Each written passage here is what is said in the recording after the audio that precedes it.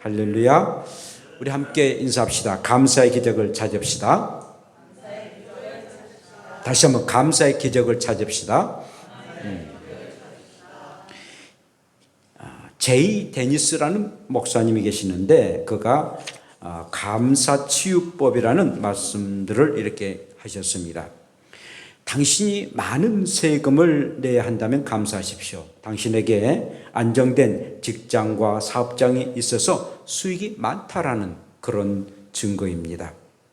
세탁할 옷이 집안 한 구석에 쌓아 있는 것 감사하십시오. 사실 조금 세탁해야 할 그런 옷이 있으면은 그만큼 세탁을 못함에 대한 좀 미안한 것도 있습니다만, 그러나 당신에게는 적어도 갈아입을 옷에 여유가 있다는 그런 뜻입니다. 멀리라도 주차할 공간이 있다면 감사하십시오. 잠시라도 걸어갈 운동의 기회가 주어졌기 때문입니다. 당신 나라에 불평되어지는 대통령이 있다면 감사하십시오. 요즘 인터넷 보면 얼마나 불평들이 얼마나 많은지요. 그런데 언론의 자유가 보장되었다는 뜻입니다. 교회 뒷자리에 앉아있는 교우의 찬송 음정이 엉망으로 들려온다면 감사하십시오. 당신의 청각이 정상이기 때문입니다. 아침에 울리는 자명 종소리가 고통스럽거든 감사하십시오. 일어나 일해야 할 하루가 기다리고 있기 때문입니다. 하루 해가 저물어 온몸이 나른하고 피곤하거든 감사하십시오. 당신은 오늘 하루를 생산적으로 살게 될 것입니다. 그래요. 우리의 삶들이 순조로울 때는 굉장히 감사하지만은 생활이 안 풀려지고 그리고 얽매이게 되면은 짜증 나는 것이 우리의 사람입니다. 그런데 성경은 범사에 감사로 하셨어요. 항상 범사에 감사라는데 우리가 밥을 먹듯이 늘 범사에 감사라. 감사할 조건만 감사한 것이 아니라 모든 일에 감사라라고 우리에게 말씀하고 계십니다. 그런 삶을 살도록 하게 하시고 또 보여주셨던 모습들을 보게 됩니다. 자, 오늘 본문의 말씀은 우리가 잘 아는 말씀입니다. 보리떡 5개와 물고기 2마리로 남자 장정만 5,000명을 먹였다라는 그런 말씀입니다. 곧 오병이어의 말씀이죠. 오병이어. 보리떡 5개와 물고기 2마리의 기적의 사건입니다. 근데 이 말씀을 보니까 마태복음, 마가, 누가, 요한복음, 사복음에 다 기록되어 있어요. 그러니까 이 저자들이 우리 예수님의 이 오병이어의 그 기적을 다 목격하고 그리고 기록한 그런 모습을 보게 됩니다. 그런데 이 기적의 사건은 바로 예수님이 축사하심으로 이렇게 이루어집니다. 축사하셨다라고 말씀해 주는데 축사하셨다는 것은 바로 감사하셨다라는 뜻입니다. 여러분, 이제 축사라는 말은 헬라어로 유카리스테오라고 말합니다. 유카리스테오라고 하는데 감사다, 축사다, 그러니까 이것은 감사다라는 그런 의미를 가지고 있습니다. 우리의 예수님이 이스라엘이 이집트에서 해방되는 날이 바로 6월절인데 6월절만 되면은 항상 그 6월절에 의뢰이 예루살렘으로 올라가시게 되셨습니다. 그런데 이번 6월절에는 이상하게 우리 예수님이 그 예루살렘에 올라가지 아니하십니다. 그리고는 갈릴리 바다 건너편 벳세다 들판에 머물게 되셨던 것입니다. 그런데 이 말씀을 보니까 굉장히 정치적으로 상황이 참 어려운 그런 상황이었습니다. 오병이어의 기적을 행할 이 해에, 그러니까 지금 해죠. 해에 세례 요한이 헤롯 안티바스에 의해서 참수형을 당합니다. 우리가 세례 요한이 참수당하는 사건 여러분들이 아시죠? 참수를 당하는데 헤롯 안티바스에서 참수를 당하게 됩니다. 이제 세례 요한이 이제 목배임을 당하자 세례 요한을 따랐던 많은 무리들이, 많은 군중들이 예수님께 다 오게 됩니다. 그 전까지는 세례 요한을 수백 명, 수천 명이 따랐는데 그 무리들이 이제 예수님 앞에 올려드게 되었던 것입니다. 그래서 이제 예수님은 이 수많은 군중들을 몰고 다니시는 그런 신세가 되셨던 것이죠. 그런데 만약 우리 예수님이 예루살렘에 이제 유월절 때문에 가셨다 하면은 세례 요한을 죽인 헤롯 안티바스가 우리 예수님을 죽이려고 눈에 불을 켜고 지금 찾고 있는 그런 때였습니다. 이 헤롯 안티바스는요, 우리가 알다시피 아주 사나운 사냥개와 같은, 아주 한 번 물었다면은 자기의 그 먹잇감을 위해서 한 번 물었다면 전혀 놓지 않는 아주 무서운 그런 사나운 사냥개와 같은 그런 자였습니다. 베다른 동생 빌립이라는 분봉왕이 있는데 그 빌립의 그 아내가 굉장히 예뻤는가 봅니다. 헤로디아라는 그 이름을 가지고 있는 아내인데요. 그러니까 배가 다른다 할지라도 처제지 않습니까? 처제를 자기의 안으로 삼는, 이게 얼마나 아주 악한 일입니까?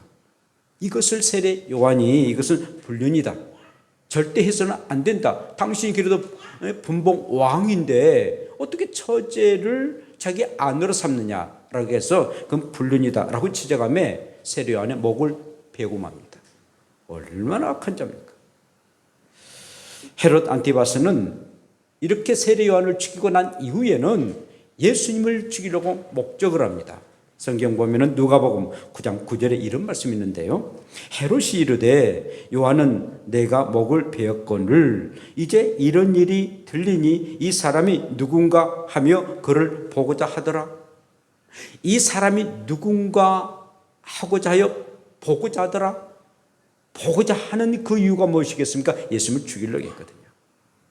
예수님을 이제는 세례 요한 다음으로 죽이려고 하는 아주 악한 그런 헤롯 안티바스였습니다. 그러면 우리 예수님은 헤롯 안티바스 분봉왕에게 지명습의 1호가 되는 그런 인물이 되고 말았습니다. 이 사실 우리 지금 다 알고 계신 거예요. 그래서 유월절 명절에 예루살렘에 올라가지 아니하십니다. 그리고 벳세다 들판에 머물게 되었던 것입니다. 근데 수많은 사람들이 우리 예수님 앞에 이렇게 찾아오게 되었던 것입니다.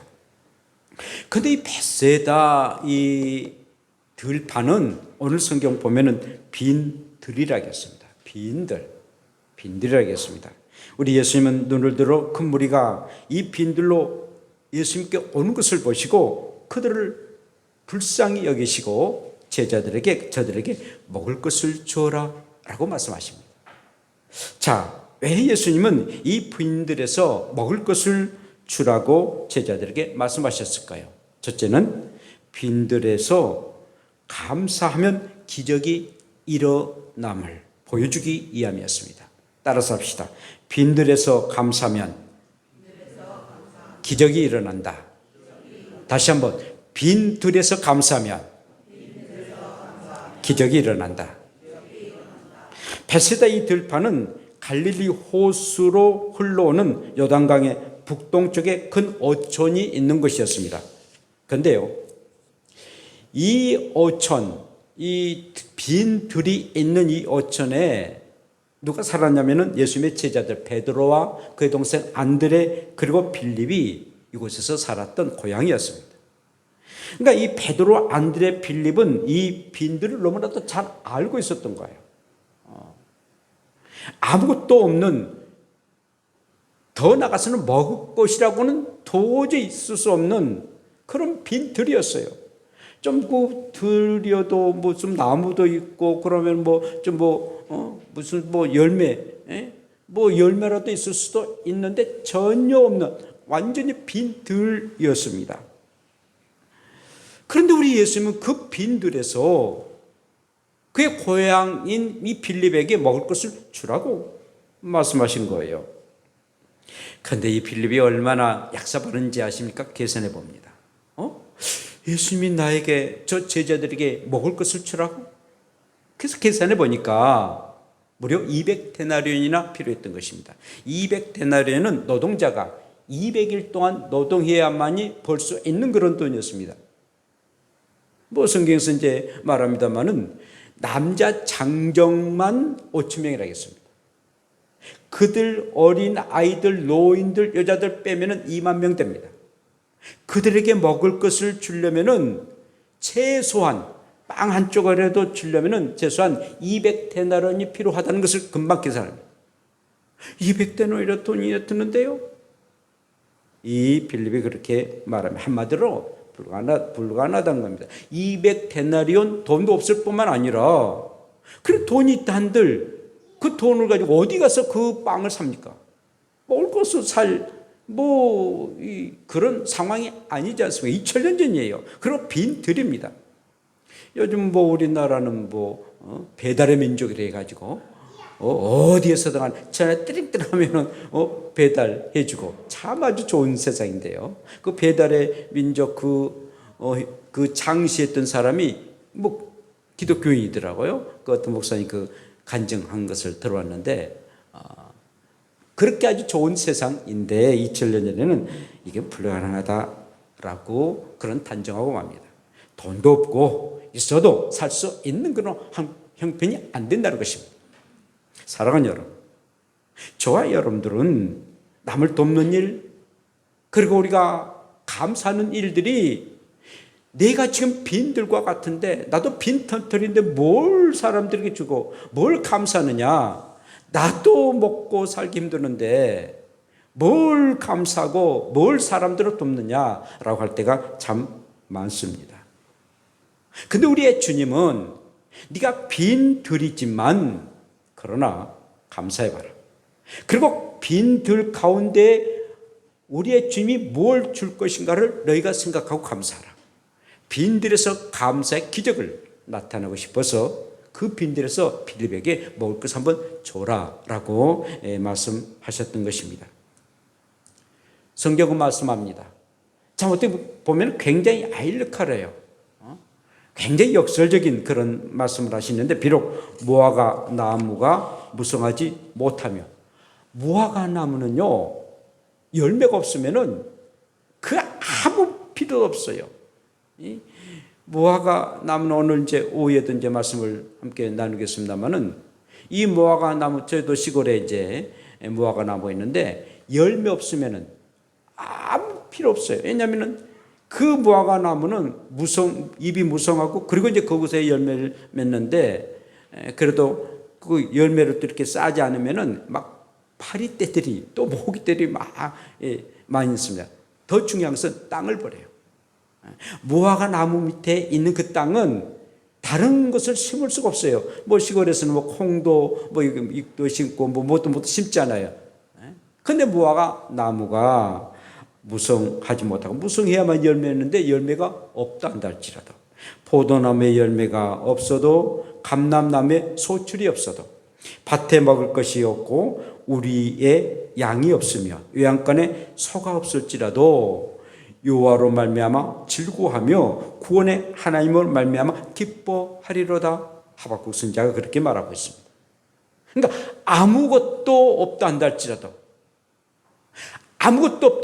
너희들이 기뻐할 일은 하나님으로 말미암아 기뻐하고 너희를 구원해 주심에 대한 감사를 하나님 앞에 해라라는 그런 말씀입니다. 사실 무화과 나무가 무성하지 못하고 또 요양간에 소가 없으면 불평할 수밖에 없죠. 그걸 감사하다는 생각은 그 어리석은 사람이야. 미련한 사람이야. 그런데 그럼에도 불구하고 너희가 감사할 것은 여호와로 말미암아 하나님을 경외하는 그 믿음으로 말미암아 즐거워하고 하나님이 계신다라는 것으로 즐거워하고 그리고 너희가 하나님으로부터 구원을 받으심에 대한 구원받음에 대한 아무것도 없다 한다 할지라도 너희가 구원받았지 않냐느냐 구원받음에 대한 감사를 하나님 앞에 드리라라고 말씀하고 계십니다. 사람들은요 이렇게 없으면은 인생을 포기합니다. 좌절하고 낙심합니다. 그리고 원망과 불평을 합니다. 그런 너희는 그래서는 안 된다는 것이죠. 하나님으로 말미암아 기뻐하고 그리고 너희가 하나님으로 통해서 구원 얻음에 대한 구원의 감격을 가지고 이 모든 상황이라 할지라도 기뻐하고 감사하라는 것입니다. 사랑하는 여러분, 그러므로 저와 여러분들은요 정말 어떠한 상황과 형편에서도 내가 구원받은 주의 백성이다. 빈들과 같은 내 인생의 삶이라 할지라도 그곳에 주님이 계시기 때문에 주님이 분명하게 나에게 주실 것이라는 그런 믿음을 가지고 늘 감사하는 그런 감사의 삶을 살아가기를 축복합니다. 내 형편이 빈들과 같다. 감사할 수도 또 하나님 앞에 드릴 것도 없다라고 푸념할 때가 참 많습니다. 근데 우리 주님이 그거 원치 않으세요. 절대 원치 않습니다. 그래 빈들이냐? 그럼에도 불구하고 감사해봐라. 그럼에도 불구하고 뭔가 감사의 조건을 찾아보라는 것입니다. 내가 살아있음에도 감사하고, 지금 내가 건강해도 감사하고, 우리에게 자녀 주신 것도 감사하고, 특별히 나를 구원해 주심에 대한 감사를 하라는 것입니다. 그러므로 빈들은 내가 하나님 앞에 감사할 수 있는 참 좋은 기회가 된 것입니다. 빈들의 환경은 오히려 그럼에도 불구하고 하나님 앞에 감사할 수 있는 유일한 참 좋은 기회라는 것입니다. 그 들판에 곡식도 많고 소떼 양떼들이 많은데 감사하지 아니한 사람 누가 있습니까? 다 감사해요. 그런데 하나님의 사람은 빈들이지만 먹을 것도 없지만 아무것도 없지만 그러나 하나님 앞에 감사하는 것, 그게 진정한 감사의 사람이라는 것입니다. 다른 없으니까 뭐 하나님 아시겠지? 아니에요. 정말 빈들 같은 내 삶이고 형편이고 처지를 알다 할지라도 하나님 앞에 감사할 조건이 무엇인가? 그래서 찾아가는 것. 빈들에서 감사를 찾은 사람만이 기적이 나타납니다. 두 번째는요, 작지만 큰 감사하면 기적이 나타납니다. 어린 한 소년이 자기가 먹으려고 가져온 보리떡 5개와 물고기 2마리 도시락을 주님 앞에 드려집니다. 그런데 여러분, 여기서 좀 자세히 보면은 이 보리떡이라고 했는데요, 이 보리떡은 밀가루 떡보다도 아주 맛이 없어요. 그리고 싸기에 가난한 사람들이 먹는 그런 보리떡이었어요. 옛날에 참 그 보리밥 많이 먹었잖아요. 뭐 지금은 이제 우리 건강을 위해서 보리밥을 먹습니다만 옛날에는 진짜 먹기 싫었어요. 서숙, 조밥이나 보리밥 참 싫었습니다. 근데 이 보리떡으로 만든 이 떡은 굉장히 먹기가 별로 맛이 없는, 그러니까 가난한 사람들이 먹는 그런 떡이었습니다. 그러니까 밥이죠.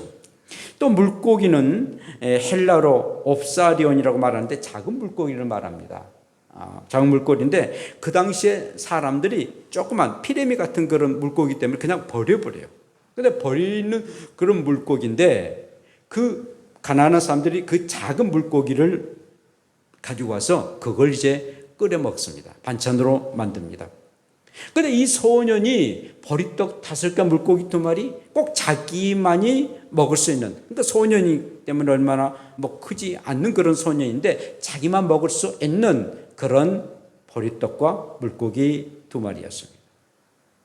자, 그런데 이것을 주님 앞에 드려지는데 이 소년이 주님 앞에 드려져서 주님으로부터 이적과 기적이 나타날 것, 그렇게 생각하고 그가 드렸을까요? 그렇지는 아니었습니다.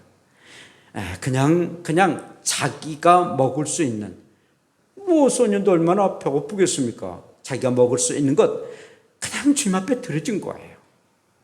우리가 초등학교 소풍을 가면은 꼭 어머니가 이렇게 그 도시락을 싸주잖아요. 그러면 선생님에게 꼭 그걸 하나 또 가져다 드리라고 그래요. 그러면 선생님 이 학생 저 학생에게 막 도시락 해가지고 맛있는 것 이렇게 선생님 드시고, 그리고 또 남으시면 또 좀 싸우지 아니하는 그런 학생들에게 이렇게 주는, 그러니까 그런 심정으로 한 소년이 자기가 먹을 그런 그 음식을 우리 주님 앞에 드려진 거예요. 참 아주 작은 것 드려졌죠. 그러나 이 소년에게는 그게 전부였습니다. 배고픔을 달랠 수 있는 유일한 그 도시락이었습니다. 미국 명문대학 힐튼 대학이 있는데요, 한 학생이 학교를 찾아가지고 학장님을 만났습니다. 학장님, 이제 제가 돈이 없어서 그냥 학교를 그만둬야 되겠습니다 라고 했을 때 레이몬드 에브논이라는 학장님이 그 학생을 보고 참 안타깝게 여겼습니다. 그러면서 하는 말씀이, 그래 자네가 지금 가지고 있는 재산이 얼마나 되는가? 네, 저는 75센트밖에 없습니다. 그러니까 $1도 되지 않고, $1, 이제 100센트가 $1되지 않습니까? $1 우리나라 한 1200, 300원 되지 않아요? 75센트밖에 호주머니에 있는 게 없습니다. 그때 이 학장이 그걸 내놓으라. 그것을 학자금으로 내놔라. 그리고 이제 백지에다가 쓰도록 하겠습니다. 75센트를 학비로 먼저 지불합니다. 라고 해서 쓰라고 했습니다. 그래서 학장님이 말씀하시기를 이렇게 내면은 하나님께서 500여의 기적을 허락하실 수도 있지 않겠는가 라고 학생에게 말했습니다. 그리고 난 이후에 얼마 후에 이 학생에게 기적이 일어났습니다. 수백만이나 되는 그 수업료가 마련된 거예요. 75센트라는 아주 작은 $1도 되지 아니하는 그 작은 것을 이렇게 들여줬는데 어마어마한 돈이, 학자금이 굉장히 비싸지 않습니까? 미국 굉장히 비싸요. 지금도 비쌉니다만은 학자금이 다 마련됐습니다. 물론 학장님이 자기의 모든 재산들을 모아가지고 학자금을 대주게 되었습니다. 여러분, 우리에게 좀 위험한 그런 신앙이 있는데 하나님만 의지하면, 하늘만 쳐다보면 감이 떨어질 것이다. 전혀 나는 무엇을 하지 아니하고 뭔가 하나님만 의지하면 하늘에서 하나님이 주실 것이다 라는 기복신앙에 늘 사로잡힐 때가 없지 않아 있습니다.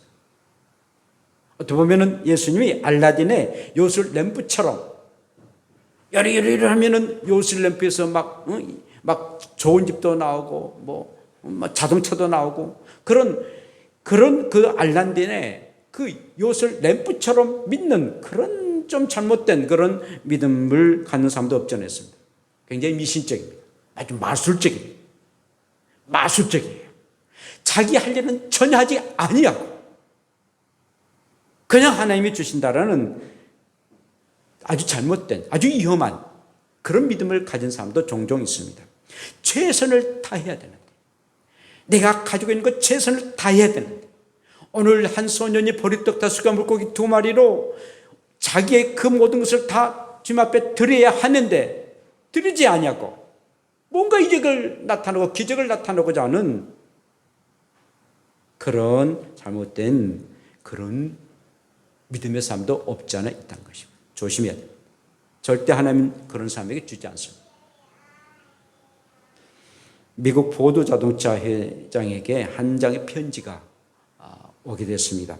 조지아주 마르다 벨이라는 초등학교 교사 선생님이 편지를 썼는데 회장께서 정말 이 편지를 읽으시고 저희 학교에, 시골 학교인데 내가 학생들을 좀 가르치려고 하는데 피아노가 없어요. 그러니까 풍금이 없어요. $1,000만 좀 보내주세요. 라고 해서 편지를 썼어요. 그런데 포드 회장이 그 편지를 받아보고 $1도 아니고, 여기도 $1도 아니고 10센트를 보내줬어요. 아주 작은 그런 돈을 보냈어요. 그런데 이 교사는요, 실망하지 않고 그 10센트를 가지고, 뭐 우리로 하면 한 130원 정도 됩니까? 그걸 가지고 강낭콩을 샀어요. 강낭콩을 사가지고 그 학교 뒷밭에다가 강낭콩을 사가지고 그걸 이제 가을에 캐가지고 그걸 포드 회장에게 보내줬습니다. 회장님께서 보내주셨던 10센트를 가지고 이렇게 강낭콩을 심어가지고 이렇게 열매를 맺었습니다. 라는 편지를 다시 그 강낭콩과 함께 보냈습니다. 포드 회장이 감동을 받았어요. 무시할 수 있잖아요. 그래도 학교 선생님인데 그것도 학생들에게 가르치고 싶어가지고 음악을 가르치고 싶고 교육적인 면에서도 참 중요한 올긴 하나 살려 걸었는데 세상에 무시하고 10센트를 보내주셔? 야, 포드 회장 아주 진짜 쪼잔한 사람이다. 무시할 수도 있음에도 불구하고 10센트를 아주 소중하게 여겼어요. 그 나중에 이 회장이요 감동을 받아가지고 $1,000면은 올개를 살 수가 있는데 40달러를 보내셨어요. 그러니까 10대를 살 수 있는 그런 어마어마한 돈을 보내줬다라는 시료가 있습니다. 그래요. 뭔가 그게 맞중물이라 할지라도 나오지 아니하는 펌프에 넣어야 됩니다. 그 맞중물을 넣지 아니하고 물이 나온다? 그건 있을 수가 없어요. 정말 우리에게 소중한 그 맞중물, 근데 맞중물을 내가 마실 수도 있잖아요. 근데 그 맞중물을 나오지 않은 그 펌프에 집어넣고 그리고 펌프질을 하게 되면은 물이 나온다는 것입니다. 사랑하는 여러분, 우리 예수님이 그러셨죠?